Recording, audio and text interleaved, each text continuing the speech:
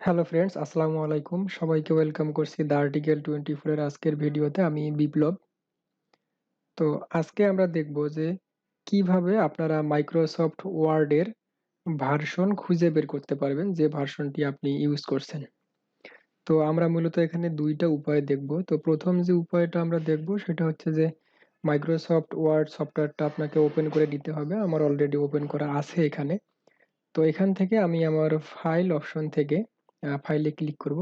দেন তারপর এখান থেকে একদম নিচে যে অ্যাকাউন্ট লেখা অপশনটা আছে এখানে ক্লিক করব।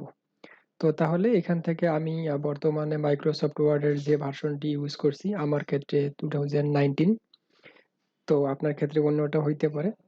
তো বর্তমান রানিং ভার্সনটা এখানে দেখাবে।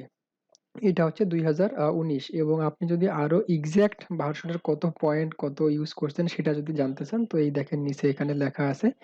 তো এই হচ্ছে প্রথম উপায়। তো এখন দ্বিতীয় যে উপায়টা আছে এইটা দেখার জন্য আমরা কন্ট্রোল প্যানেল ইউজ করব। তো এই জন্য আমি কন্ট্রোল প্যানেলে চলে যাচ্ছি। এখান থেকে আমার শর্টকাট পিন করা আছে। তো শর্টকাট থেকে কন্ট্রোল প্যানেলে আসার পর দেখেন এখান থেকে প্রোগ্রাম এন্ড ফিচার নামে যে অপশনটা আছে আমরা এখানে ক্লিক করে দিব একটা। তো এখানে আসার পর মাইক্রোসফট অফিস প্রফেশনাল, দেখেন এখানে আমার বর্তমান যে ভার্সনটা আমি ইউজ করছি সেটা দেখাচ্ছে, এবং আরো এক্সাক্ট যে ভার্সনটা আছে এবং সেটা লাস্টে দেখা যাচ্ছে। তো এটাই ছিল আজকের ভিডিও। যদি ভিডিওটা আপনাদের ভালো লেগে থাকে তাহলে অবশ্যই একটা লাইক দিবেন। আর আপনারা চাইলে আমার চ্যানেল দ্য আর্টিকেল 24 এইটাকে সাবস্ক্রাইব করে রাখতে পারেন। ধন্যবাদ। আসসালামু আলাইকুম।